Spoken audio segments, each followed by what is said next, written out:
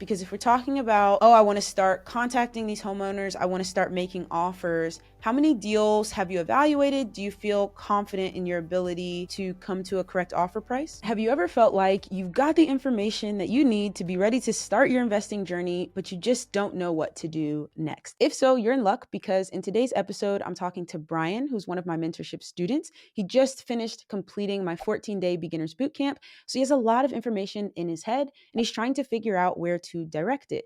So we're going to talk about whether he should work with a wholesaler, be a wholesaler, jump right into getting rentals, or if because interest rates are so high right now, he should think about fix and flipping. There's a ton of information out there, and what we're trying to do today for Brian and for those of you watching and listening is condense down our plan of action for what's going to work best for you. And if you remember last week's episode, I spoke with Chanel, who is interested in investing but decided to pivot into becoming a business manager for a real estate investor so that she could start making money now while learning the ropes without feeling the pressure to understand and execute the entire process on her own.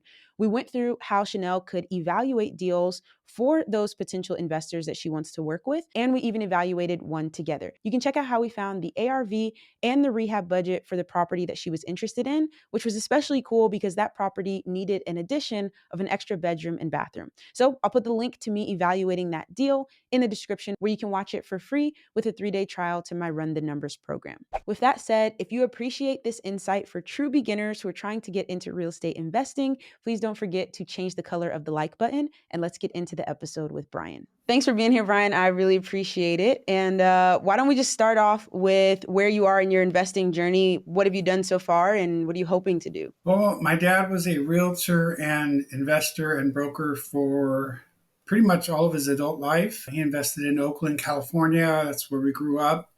And he started out with Section 8 housing, and me and my brother did all the painting and cleaning as we were, growing up, and to help him out. So we saw his properties go up, and he did a lot of different transactions. And although we had a good relationship, he didn't really teach us the real estate industry like you taught us in their course. I mean, that was pretty much 35 years of his experience condensed into that course. We had heard terms like cash out equity, HELOC, whatever, cash out refinance, and pending, or what are the other ones, subject to. We always heard those terms, but he never really broke it down. But he was never able to work a 9-to-5 corporate job because he lived off his investments. Right. He built passive income, and then he did property management when the market turned.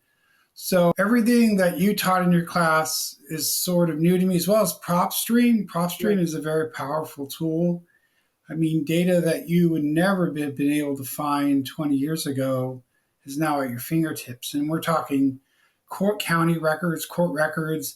So right now, since interest rates are so high and the prices have gone up from COVID, I want to start to learn how to find deals, possible deals, either from wholesalers or doing my own research on PropStream, and being able to take action on it. And so you're thinking kind of the rentals route, where you have those rentals and you're investing for the monthly cash flow, rather than doing something like flipping the house and selling it for a lump sum at the end.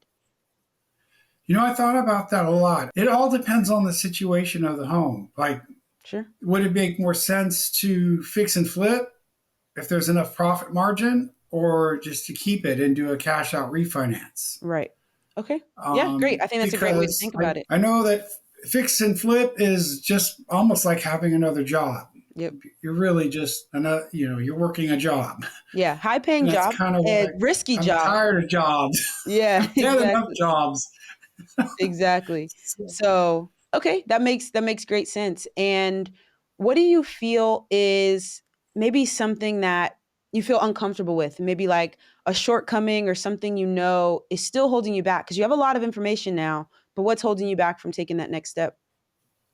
Finding a deal. I've bought a couple homes in the past just to live in on myself and sold them and rented them. So I know the process. So I don't have the abilities now the know-how to find properties on PropStream and deals. Yeah. No, makes sense. And also an important piece of information to answer that question is in California, the prices are ridiculous, Southern California. Yeah. So I want to look out of state. So it's even trickier to navigate the good neighborhoods and bad neighborhoods. Yeah, absolutely. Absolutely. Do you have any other thoughts around potentially being a long distance landlord? How have you thought about managing that? Yeah, so I would definitely be hiring a property manager. I have no problems. One of the realtors I work with said just get a Google Voice number with an area code that's local to that city you're investing in, and so that if the tenants can need to call you, they think you're local. Right. Um, but as long as you have a good property manager watching over everything, take care of everything, screening the tenants before they move in and dealing with issues, yeah, I have no problem. I think one good thing to consider is, right, like, is there another market where I'm going to get better bang for my buck? Right. Exactly. And oftentimes when you're in the California market, the answer is going to be yes. Some of the things that I would remind you to keep an eye on, though, are that you want to make sure that you are finding that good property manager, not just any property manager, because every property manager is not good. And when you have especially that amount of distance, that can add another layer of headache. Also, you mentioned doing renovations. Is that something that you've thought about how you might manage that from a distance? Yeah, that would be tricky. Maybe I would have to fly out there to the area and just stay there for however long till the project's done. I have no problem doing that. It really depends. Yeah, Like you said, there's three phases of renovations. I would really like to stick with number one, the light cosmetic fix, maybe sure. the basic stuff. I'm just saying, with level 2 and 3, you're going to have to be there to kind of overview the project, supervise it, just make sure the work's being done. Unless you Somebody know a will. great general contractor that can do it for you. Yeah, somebody will, whether that's you or you're hiring like you said, a general contractor, there will need to be somebody to oversee. But there's a really good book that's called Long Distance Real Estate Investing. It's by David Green. He does the Bigger Pockets podcast. And I would recommend you and everybody listening to this, if you're thinking about investing in real estate long distance, to read that book because he talks about managing every part of the process from a distance. And there are some things that we might think we need to be present for that we actually don't, right? But there are some things that we might think, oh, somebody else will handle that, but we need to stay involved. And so he does a really good job of breaking that down. In terms of finding a deal, though, let's go through. I'm going to share my screen and let's look at PropStream together. PropStream is a tool that I have used and paid for years, and I'll put a link to a free trial for you to check it out in the description. But one of the things that it allows us to do is to access property data quickly and efficiently, and also data that we might not be able to access on our own, especially for those of us that aren't licensed real estate investors. And so whenever I'm looking at PropStream, especially for beginners, there's two things that you should check out, which I'll also show Brian in this episode. One is researching your market. There's a market that you're interested in. You want to learn about that market, and PropStream is a great way to do so.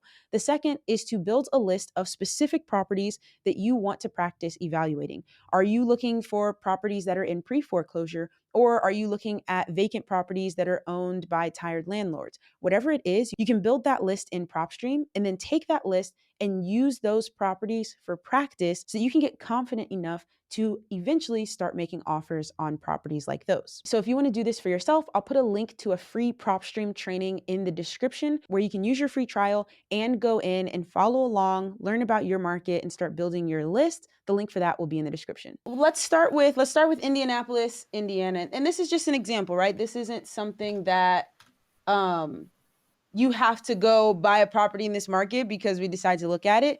But the process of finding potential good investment properties is going to be the same regardless of what market that we're looking in. So let's just use this as a test. Can you see my screen here for PropStream? Yes. Mm-hmm. Awesome.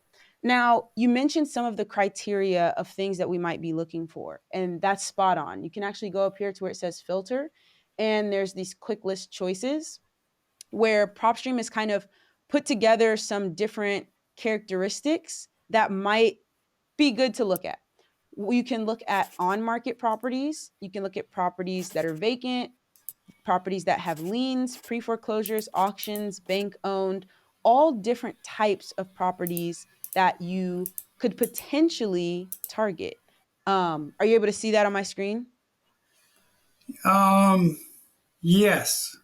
Right. So you can see I can look Okay. at vacant properties. I can look at failed listings, which would be things that were on Zillow for sale, but then failed off.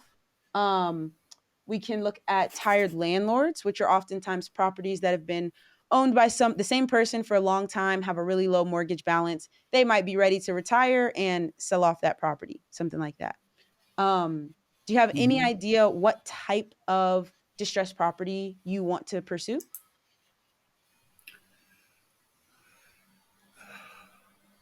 Um, when you say type, do you mean like renovation wise or price range or I mean, there's when we're looking there's for so investment many? properties, yeah, there's so many criterias, right? But big picture, when we're looking for investment properties, we're looking for a discount, right? Because we want to be Mhm. able to make money on that property. And the only way you get a discount is if something's wrong with the property or if the seller is in a situation where they're willing to sell at a discount. If somebody has a pristine mansion that they love, there's no way they're going to sell it at a discount. When I'm saying like we're looking for a discount, we have to think about what is the reason that somebody might be willing to offer a discount. Tired landlords is one criteria. Oh, they've owned that property for 30 years and the mortgage balance is really low. They might be ready to sell, cash out, and go take that money to do something else. Another good criteria are liens, right? So I can see a list of properties that have liens.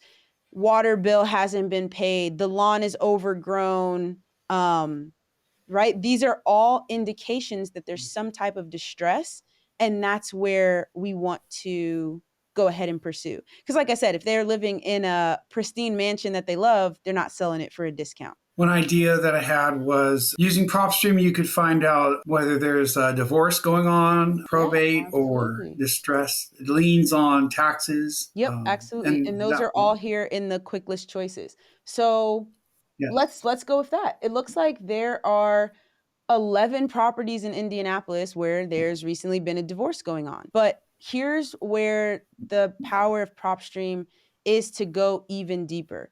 Because just because there's a divorce happening doesn't mean that they are going to sell that property for a discount. It might be a high level indication, but we can go a layer deeper. And so let's do that with these properties that have liens.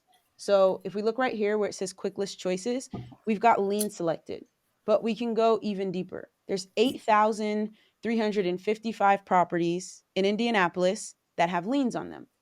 Well, we can look only at the vacant ones. So now I've taken liens that are also vacant, right? So this means Mhm. that the owner owes money on this property and they're not making any money on this property because they're not renting it Mhm. out.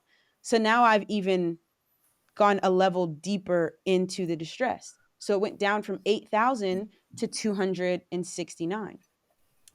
Um, one thing that might be really interesting is to see if any of these properties have, let's see, been owned, let's say owned for a minimum of 10 years. Okay. Now we've got properties with liens that are vacant that have also been owned for 10 years or more. And we cut down our list from 8,000 something to now 50. Are you seeing that up here in the top? Yes. So now we've created this list of 50 properties that are much more likely to be open to potentially selling this property at a discount because we know that they meet our criteria of having a lien, being vacant, and being owned for 10 years or more. That's great. Yep. Yes, that's like it's a good incentive, a good Exactly. market to tap into. Exactly. And that's a good word is incentive because we want to figure out does this seller have any incentive to sell this property? What is the price range of these homes? I So can't really we see the font. Yeah, so we didn't set any price range, right? Now, Oh, some of these properties, it can tell you in the top right, it tells you this one's estimated at 21,000, this one's estimated 103, 22, 524. If you want to get even more specific, you can. So we can come over here to where it says valuation info and we can say Let's go minimum of $0 to maximum of 150,000. Let's see. And now we went down from 50 properties to 22. Okay. So Right. whatever it is that you're looking for, you just have to give PropStream that information and then it can tell you. Got it. Cool. Okay. So when we think about marketing and finding property, or when we think about marketing, there's two sides. There's the finding the properties, which is what we can use PropStream for. This is called building a list. So we just built a list of 22 properties that are vacant, that have a lien, been owned 10 years or more, and are less than $150,000, right? So we just built our own custom list of 22 properties. That's finding the property. The second side is contacting the owner. Have you given any thought to some of the ways you might want to contact these owners? Um, well, I watched the prop stream and your video talk about skip tracing, Mm-hmm. and there's email marketing, there's the handwritten notes marketing. Um, what would be your suggestion in this case? When we're thinking about how you want to contact your leads, you mentioned some of the options.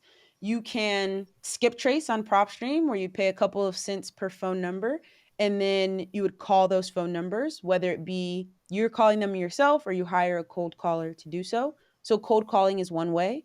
Another way is by sending out what's called direct mail, right? And that would be sending out letters. There's some really nice letters that look handwritten that are a little bit more expensive. And then there's the yellow postcards that are pretty cheap, but people don't really pay attention to them that much. So that's one way. You can try to find people's email addresses and whatnot. It really depends on how many people you're trying to reach, right? If you have this list of 22 properties and that's where you're starting, it's probably not worth sending mail to 22 properties. You have to think about what method of contacting is going to work best for how much money you want to spend and also how many people you're trying to reach. Whenever I'm sending out a batch of mail, I'm sending it to about 5 to 10,000 properties at a time because it really is a numbers game. Most people, they see junk mail, they throw it away, which is why you can send out nicer letters that look a little bit better in the hopes that people will, not just discard them. So every person you send mail to isn't going to respond. So with our list of 22, it wouldn't really make a lot of sense to send mail just to 22 people.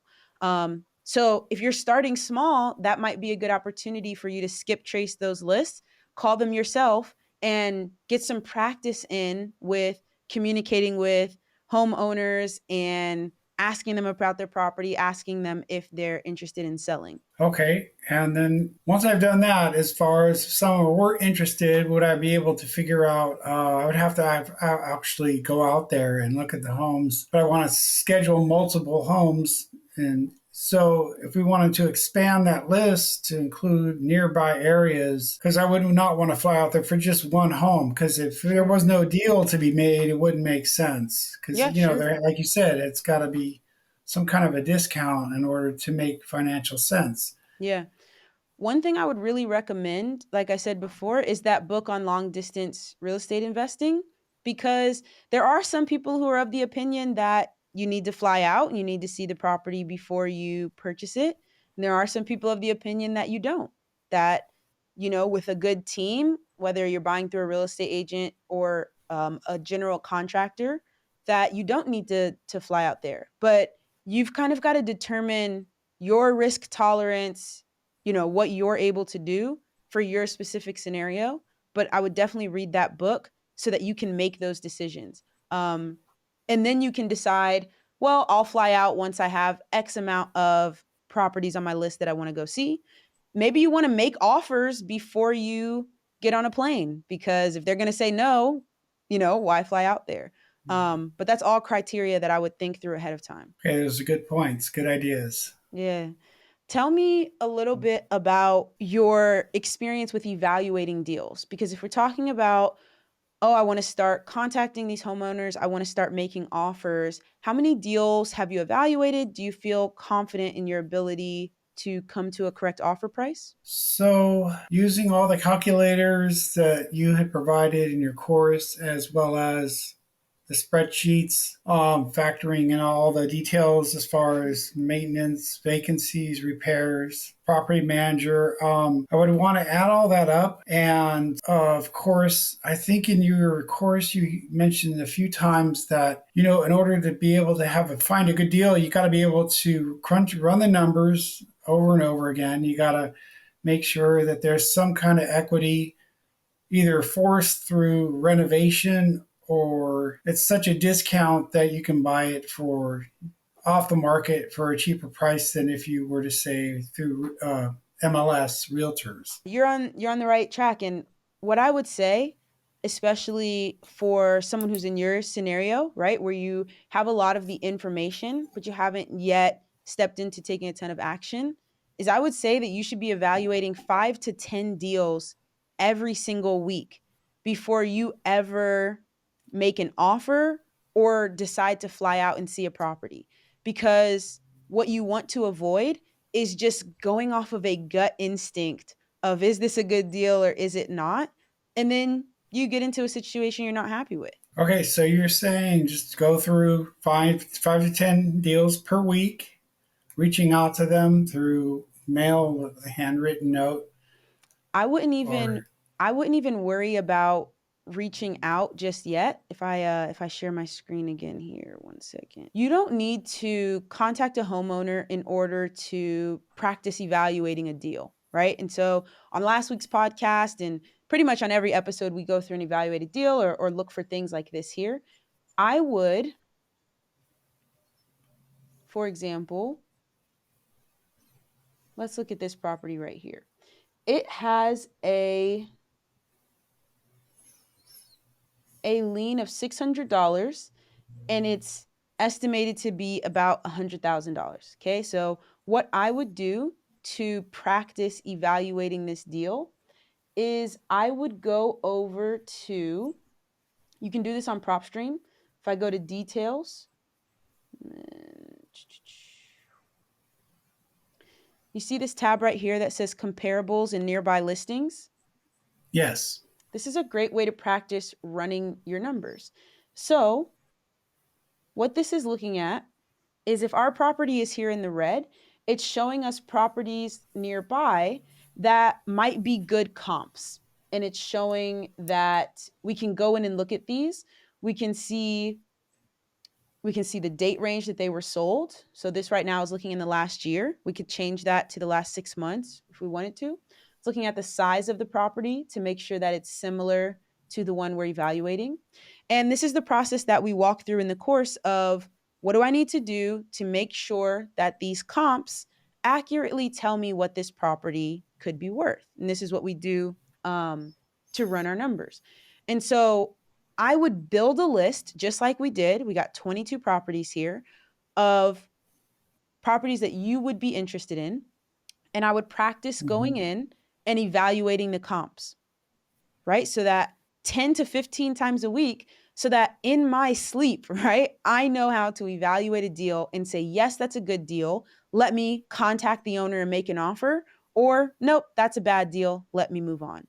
But before you go in and spend any money um, sending mail or anything like that, you've got to be really confident in your ability to use this screen. You can do it here or you can do it through Redfin. You got to be really confident in your ability to analyze the deal and come to that offer price. Got it.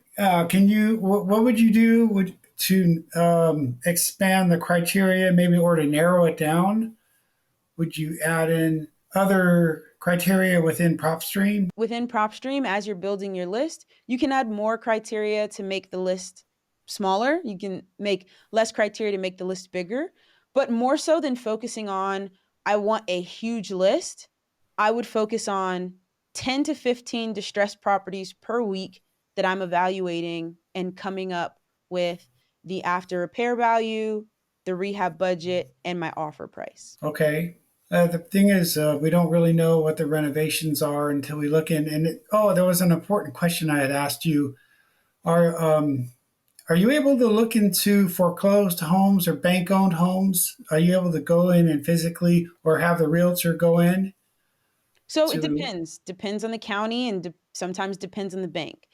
And it's a good question that you bring up because how can I know what the renovation budget is if I can't go inside the property? One, this is a great reason why looking at distressed properties that are on market, right, that are on Zillow or Redfin, they oftentimes have pictures. And so when you're practicing, you can practice on those properties that have pictures and use those pictures to help you build your rehab budget. The other thing is, it's a great opportunity to call the homeowner and have a conversation, right? So I might say, "Oh, Brian, I see that you own a house on 15th Street. I'm interested, but I would need to know a little bit about the condition of it. Can you tell me the last time the kitchen was updated? Do you know how old the roof is?" And practice those conversational skills so that you can get those key insights and build your rehab budget that way. It's not perfect, but it's a really good way to practice. Okay, got it. Yep, So, having conversations with the homeowners and looking at pictures when you have them. okay. Now, in your course, you did a heat map. Is there any way we can try that, like now, just so Yeah, you sure. I can see the hot areas, the medium areas of, and the rate of appreciation. I don't know what it is out there or in general on average in America right now. Yeah. I think a good thing to look at is let me just zoom out, right? If we're looking at Indianapolis, the heat map is just one part of doing the analysis. It shouldn't Mhm, be, oh, things are hot there, let me go to them. But up in this top right corner of the map, you'll see where mhm, it says analytics, and you can go to price growth. And let's just look at 1 year growth. And what that does is it turns the map different colors where bright red, let me, 1 second, let me clear this so we can see. All right, so now we're looking at Indianapolis. It turns the map bright red in the areas where growth is the hottest, and then it's mhm. green in areas where growth is the slowest. And so I don't know the Indianapolis market, it's not where I invest, but if I was going to research this market, it looks like there's a hot pocket of growth right over here. It also looks like there's a big hot pocket of growth right here. And so those might be areas that I want to dive into and look at the homes that have sold over there in the last 6 months. Maybe call up a realtor and ask them what they think about this neighborhood around Arlington Middle School. Seems like there's quite a lot of growth. You can use this heat map as a way to direct your research into those potential hot pockets. What else would you do if you're a beginner like me trying to find homes other than the vacant and the fact that it's been off the market or the homeowner has owned the property for X amount of years? Would you just keep going in different cities and states, or would you just focus on one Yeah. city and state? If I was you, the action steps that I would take were first, read Long Distance Real Estate Investing by David Green. Use the Mhm, information from there and from the PropStream market training that I sent you to mhm, select one market. I wouldn't try to spread yourself too thin. So read that book, select one market, and then I would choose one criteria of distress. It can be pre foreclosure, it can be liens, it can be tired landlords. You have the training on how to select those, but I would choose one criteria of distress and I would evaluate 10 to 15 properties per week that meet that criteria of distress. And I would do that for like a month, if not longer, until you feel really, really confident that you know that market and you know how to evaluate deals to come to an offer price. Those would be my first three steps. And that's kind of, we want to put, don't want to put the cart before the horse with sending out mail or making offers until you know how to invest long distance, you choose a market, and you practice evaluating deals in that market. Okay, that makes sense. Awesome. So, are people doing any deals right now in this current market condition? Are they finding deals and getting some buyers and sellers together and flipping homes? Yeah, as long What are as your they students? are making offers on distressed properties. All right, quick message. Do not try and time the market. None of us know what's going to happen in the next week, month, year. Yes, there's some information out there. There may be some educated guesses you can make. But for most beginners, first, just to be honest, you're likely about 100 to 200 property practice sessions away from actually getting a deal. And when I say that, I mean you need to sit down and seriously practice evaluating 100 to 200 properties before you're going to get good enough to even make an accurate deal on a real life property. And so if you're like, hey, I'm waiting 6 months until the market changes, this is your 6 months to be evaluating your 100 to 200 properties and actually practicing. The other thing, and this is something I share with Brian, is that when most people are talking about the state of the market, they're talking not about distressed homes that need an investor to buy them. They're talking about the 3 bedroom, 2 bathroom home that any normal family is going to go to the bank, get a loan, and invest in. They are not talking about the distressed house that's been vacant for 2 years, has a hole in the roof, and foundation issues. That property is going to be sold at a discount because it needs an investor to come in and put extra money into it in order to bring it back up to livable standard.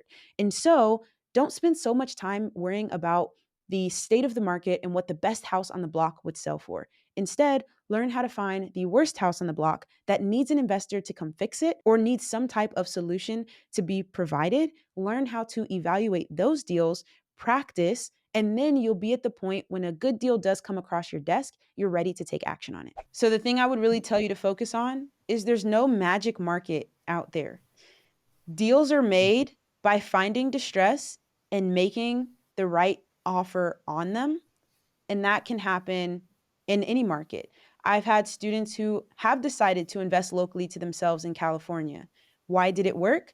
Because they targeted distressed properties and they made offers that were low enough to make the numbers work.